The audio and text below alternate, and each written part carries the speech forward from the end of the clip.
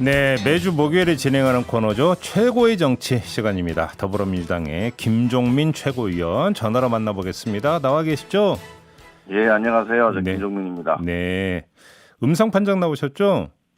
예, 음성 나왔습니다. 아이고 다행입니다. 아무튼 예. 지금 뭐 여러 곳에 지금 난리가 아니어가지고 예. 조심하시기 바라고요. 아무튼 지금 계속 인사가 나고 있는데요. 일단 이전부터 좀 여쭤보겠습니다.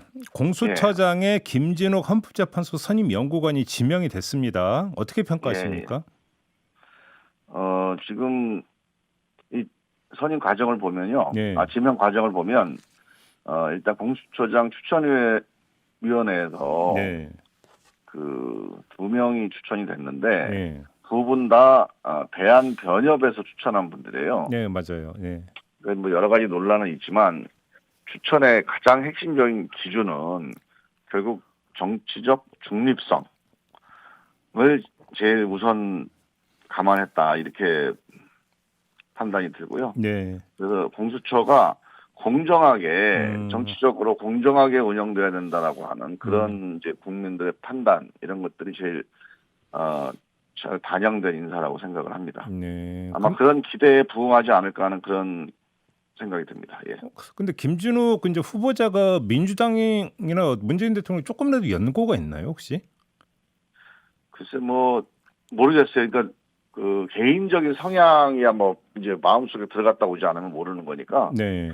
근데 뭐 그런 문제까지 우리가 일일이 다 따질 필요는 없고 예. 되게 이제 그런 정도의 공적인 활동을 하신 분이면 정치적으로 이렇게 두드러지게 어느 쪽에 가깝다 한다면 이미 이제 그 이력에서 확인이 되는 거거든요. 네. 근데 이제 뭐 지금 이분의 이력을 보면 최근 한 20년 동안에 이력이나 뭐 어디 쓴 글 또는 뭐 판결 내용 이런 것들을 보면 특별히 정치적으로 두드러지게 어느 쪽에 이렇게 기울어져 있다. 뭐 이런 근거가 될 만한 자료는 없습니다. 왜냐면 이제 야당에서는 뭐 공수처가 이제 친문 사수대로 전락하는 거냐 이런 식으로 공격을 하고 있더라고요. 이건 어떻게 받아들이세요? 정치 공세죠, 뭐. 아, 그렇습니까? 네. 지금 아무튼 근데 그 국민의힘에서 이제 추천했던 후보 추천의 2명 같은 경우는 지금 이 의결 무효 확인 소송에다가 집행정지 신청을 냈거든요. 이건 어떻게 받아들이세요? 다 정치 공세입니다. 뭐 받아들일 가능성은 거의 없다고 보고요. 예. 일단 이 공수처장 추천위원회 추천위원장이 대법관이에요. 예, 그렇죠. 그 법원 행정처장이 위원장입니다. 그렇습니다. 그러니까 추천 과정에 뭐 불법 부당함이 있었다면 아마 그분이 거기에 가담하지는 않았을 거라고 저는 생각을 해요. 네. 그래서 제가 보기에는 이제 그 국민의힘이 이게 정치적으로 자기들이 그냥 반대를 하고 싶으니까 여러 가지 이제 절차나 어떤 불법이라고 하는 말을 하는 거지 실제 뭐 그게 받아들일 가능성은 좀 거의 없다고 봅니다. 그래요. 그러면 인사청문회도 순탄하게 열릴 것이고 야당 의원들도 여기에 이제 인사청문회 참여를 할 거라고 그렇게 이제 그 낙관을 하세요? 그렇죠. 이게 인사청문회나 뭐 이게 예정되는 절차가 중단될 이유가 없어요 지금. 근데 왜냐면 이제 뭐 야당이 이제 시간 끌기 정도가 할 수 있는 일인데 이 시간 끌기도 그동안 너무 많이 했잖아요. 예. 그래서 제가 보기에는 인사청문회라고 하는 것도 이제 시한이 또 정해져 있는 거여서 야당도 좀 참여할 거라고 생각을 합니다. 그 시간 끌기 말씀하셨으니까 이것 좀 마저 여쭤볼게요. 지금 공수처법에 따르면 공수처 검사들 임용할 때 또 인사위원회가 가동하도록 되어 있지 않습니까? 근데 7명으로 구성되는 인사위원 가운데 2명을 야당이 추천하게 돼 있는데 야당이 그 인사위원 추천 절차에서부터 다시 보이콧에 들어가면 어떻게 되는 겁니까? 그거는 이제 그 우리가 권리 위에서 잠자고 있는 자의 권리는 보호받지 못한다 이런 법원이 있습니다. 그러니까 주어진 권한을 행사하지 않으면 그 행사하지 않는 사람 때문에 그 법이 작동을 멈춘다. 이거는 기본적으로 법치에 어긋나요. 그래서 제가 보기에는 야당이 추천 권한이 있는데 추천 권한을 행사하지 않으면 이 의사 정족, 의결 정족 수에 따라서 이 인사추천위원회는 계속 가동이 돼야 된다. 그리고 될 것이다. 이렇게 생각을 하고요. 지금 인사추천위원회는 지난번 공수처장 추천위원회하고 달리 과반수 의사정족, 그다음에 과반수 의결입니다. 그래서 지금 뭐 7명 중에 2명이 참석을 안 하더라도 네. 이 인사추천위원회가 정상적으로 작동되는 데는 뭐 문제가 없을 것 같아요. 그럼 지금 그 말씀은 예를 들어서 국민의힘에서 인사위원 2명을 추천을 안 하더라도 의결 정족수를 채우면 바로 인사위원회 가동에 들어간다 이런 말씀이십니까? 그래서 법적으로는 문제가 없는데 예. 이제 정치적으로 예. 가능한 한 최대한 이제 그 국민의힘이 이게 약간은 목리를 부리거나 아니면 네. 정치적으로 발목을 잡는 건데 예. 정치적으로 발목을 잡는다 하더라도 예. 좀 최대한 설득을 해보는데 예. 지금 이게 공수처장 추천 과정이 워낙 늦었잖아요. 네. 작년 7월 15일 날 올해죠. 올해 7월 15일 날 이제 작동이 돼야 되는데 그렇죠. 이게 한 6개월 가까이 늦은 건데 네. 그래서 마냥 기다려줄 수는 없죠. 음. 그래서 뭐 명백하게 정치적인 지연을 이제 의도하는 거다 그러면 네. 일단은 정상적으로 가동을 시작을 해야 될 것 같아요. 그래요.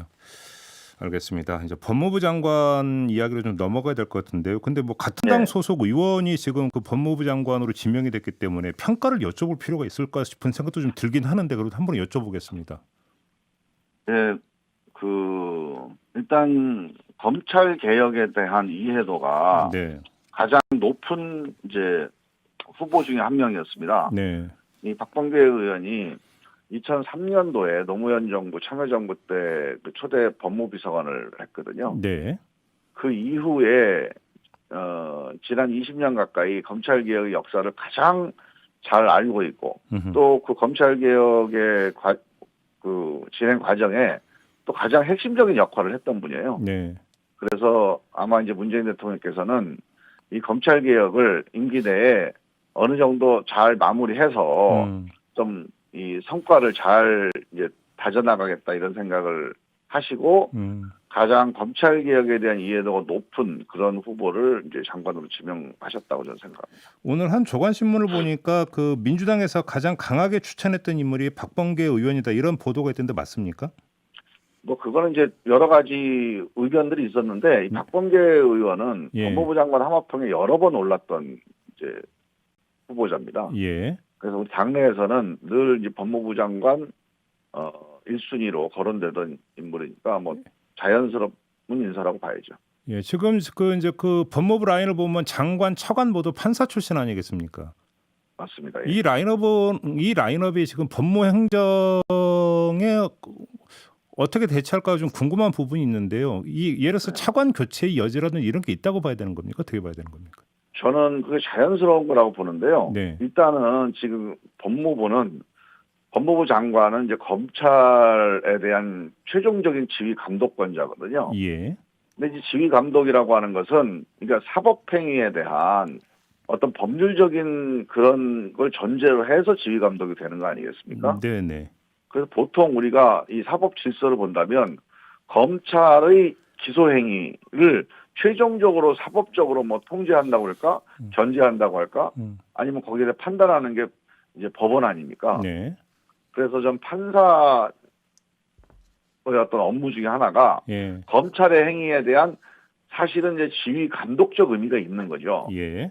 그런 측면에서 보면 판사 출신이 검찰 업무를 법을 기준으로 해서 적법하게 잘 방향을 잡아나가고 또 이제 과잉되지 않게 또 어떤 법의 큰 흐름을 또 존중할 수 있도록 그렇게 이제 지휘 감독을 하는 데는 저는 상당히 의미가 있는 그런 인사라고 생각합니다. 그럼 뭐 판사 출신의 점을 떠나서 그 박범계 장관, 이용구 차관의 케미는 어떨 거라고 전망을 하십니까? 저는 뭐 두 분이 잘 아는 분들이고 네. 또 이제 그 판사 출신이라는 게 저도 이렇게 의정 활동을 해보면 네. 뭐 검사 출신, 판사 출신, 이 법조인 출신들이 다 이제 법에 대해서 꼼꼼하고 법에 대해서 좀 엄격하려고 노력하는 이런 공통점이 있는데 네. 그 중에서도 판사 출신이 훨씬 더 그런 점에서 이제 아주 엄격하다고 그럴까요? 예. 뭐 그런 특성들이 좀 있습니다. 예. 최종적인 이제 판단을 해야 되는 뭐 이런 이제 그 DNA가 있는 거죠. 그래서 저는 그런 점이 두 분이 서로 간에 이제 그 호흡이 맞을 거라고 생각을 하고, 전 지금 이제 검찰이 검찰 내부의 어떤 동종교배라든가 어떤 검찰 조직 이기주의라든가 아니면 검찰의 과잉 권력 남용이라든가 이런 이제 비판을 받고 이런 논쟁에 지금 놓여져 있잖아요. 예. 그런 상황이기 때문에 저는 가능한 한 뭐 법무장관, 법무차관뿐만 아니라 검찰의 여러 가지 그 앞으로 이제 인사에 있어서도 이 판사 출신을 좀 적극적으로 임명하거나 적극적으로 받아들이는 게 저는 검찰 발전에도 도움이 될 거라고 생각해요. 지금 그 예정대로라면 1월 말쯤에 그 검찰 정기 인사가 예정돼 있지 않습니까? 예. 그런데 지금 그 박범계 지명자가 인사청문회를 무사히 이제 거친다고 하더라도 그러면 장관으로 그러니까 임명장 받자마자 바로 검찰 인사를 해야 된다라고 하는데 준비하거나 그러니까 인사하는데 별로 어려움은 없을까요? 글쎄 이제 대개 지난번 그 추미애 장관 인사 때도 그 장관 취임하자마자 이제 그 인사를 준비를 했거든요. 네. 되게 그런 경우가 많이 있습니다. 네, 의원님 좀 알람 울리는 것 같은데 끄셔도 됩니다. 네. 네. 네, 전임 장관이 네. 전임 장관이 이제 그 나가는 그 타이밍에 인사를 하는 경우도 있고, 네. 또 이제 그 신임 장관이 들어오자마자 인사하는 경우도 있는데, 예. 이럴 때는 이제 전임 장관, 후임 장관이 서로 적절하게 또 대화도 하고 또 협의도 하고 인수인계를 하면서 인사에 대한 판단을 적절하게 하면 돼요. 지금 그 말씀은 그러면 검찰 인사의 밑작업을 추미애 장관이 해놓고 이거를 신임 박범계 장관한테 넘길 수 있다 이런 말씀으로 이해를 해도 되는 겁니까? 근데 뭐 밑작업이라는 게 무슨 의미라든지 이제 표현하신 건지 모르겠는데 네. 이제 추미애 장관이 이렇게 법무부 업무를 해왔다.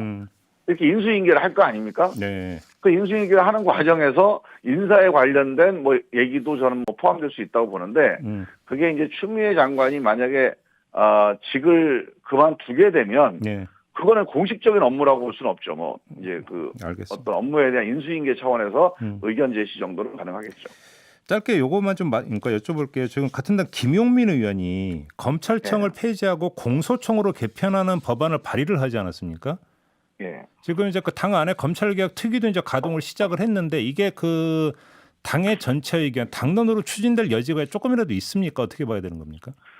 기본적으로 이제 두 가지로 볼 수 있어요. 하나는 수사와 기소를 분리해서 기본적으로 기소와 공소 업무를 중심으로 검찰이 가야 된다. 이 점에 대한 공감대는 뭐 우리 180명 거의 의원들이 상당히 평범하게 공감대가 형성되어 있는 거예요. 상당히 이건 진짜 성과입니다. 그 이전에는 작년 그 20대 때만 해도 상당히 이 점에 대해서 아직 이른 거 아니냐, 아니면 이제 검찰을 좀 믿고 기다려보자 이런 의견들이 되게 많았어요. 좀 마무리해 주시죠, 의원님. 네. 최근 1년간에 보면 그 기소와 공소 조직으로 바뀌어야 된다는 거에 대한 공감대는 넓은데 이제 그게 이제 명칭을 꼭 뭐 공소청으로 해야 되냐, 기소청으로 해야 되냐 하는 문제. 그다음에 이제 이걸 어느 시점에서 할 거냐 이런 것들은 앞으로 이제 좀 우리가 논쟁을 하면서 좀 적절한 판단을 한번 해봐야죠. 알겠습니다. 자, 말씀 여기까지 드릴게요. 고맙습니다, 의원님. 네, 감사합니다. 네, 지금까지 김종민 더불어민주당 최고위원이었습니다.